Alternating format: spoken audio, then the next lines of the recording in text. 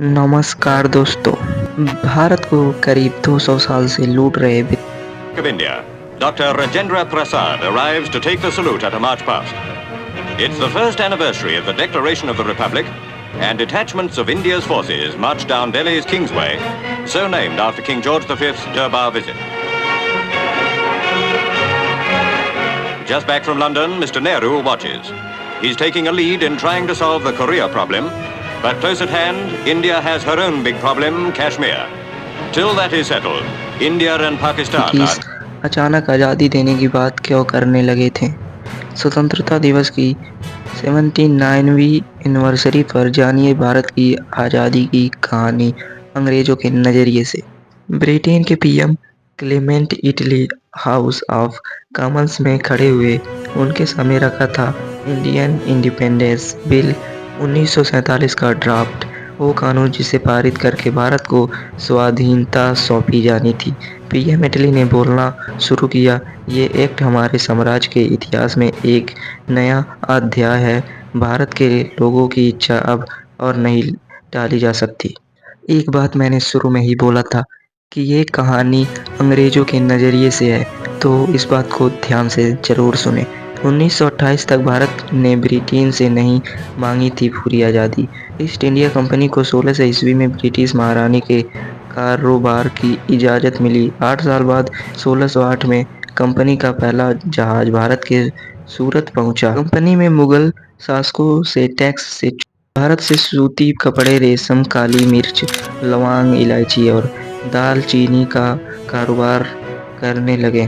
धीरे-धीरे कंपनी के अधिकारियों ने राजनीतिक मामले में दखल देना शुरू किया, ताकत भी बढ़ाते रहे, जिससे देश के बड़े हिस्से पर उनका कंट्रोल हो गया।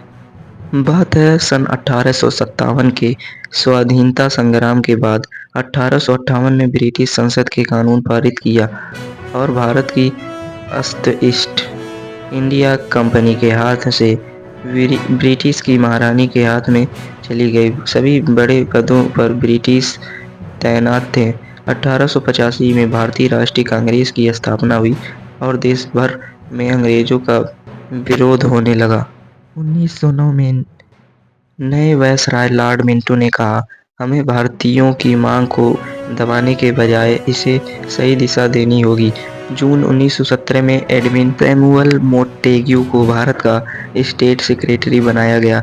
मोंटेग्यू ने ब्रिटिश संसद में कहा, ब्रिटिश सरकार का इरादा भारत में प्रशासन के हर स्तर पर भारतीयों की संख्या बढ़ाना और धीरे-धीरे स्वशासन विकसित करना है। ये पहली बार था जब भारत को लेकर ब्रिटेन में स्वशासन शब्द की जिक्र हुआ। हालांकि अभी तक पूरी तरह आज़ादी जैसी कोई बात नहीं थी।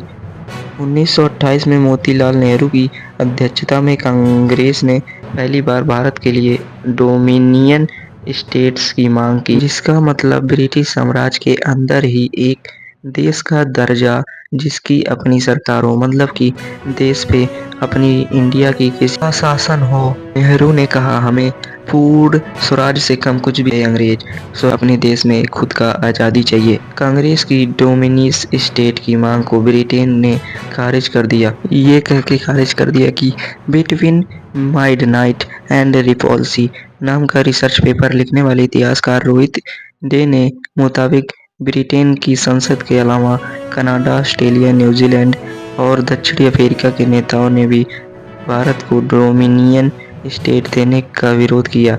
ये देश नहीं चाहते थे कि एक स्थिर सरकार उनकी बराबरी करे। कांग्रेस में जवाहरलाल नेहरू और सुभाष चंद्र बोस जैसे युवा नेता डोमिनियन स्टेट की मांग को पर्याप्त नहीं मानते थे।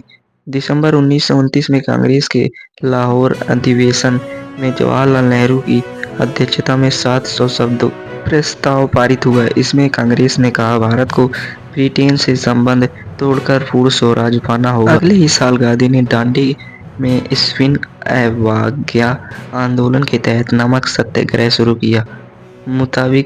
इसके मुताबिक वायसराय लॉर्ड इरविन बोले, एक बूढ़ा आदमी समुद्र तट पर नमक बनाकर हमारी सत्ता को चुनौती दे रहा है। भारत को डोमिनियन स्टेट देश ब्रिटिश साम्राज्य को खतरे में डालेगा। इससे अंग्रेजों के अंदर कुछ डर फैल गया। यहाँ से होती है इंडिया की अपनी वार शुरू। अगर आपको आगे की वीडियो चाहिए तो चैनल को सब्सक्राइब करके वीडियो को लाइक कमेंट कर दें।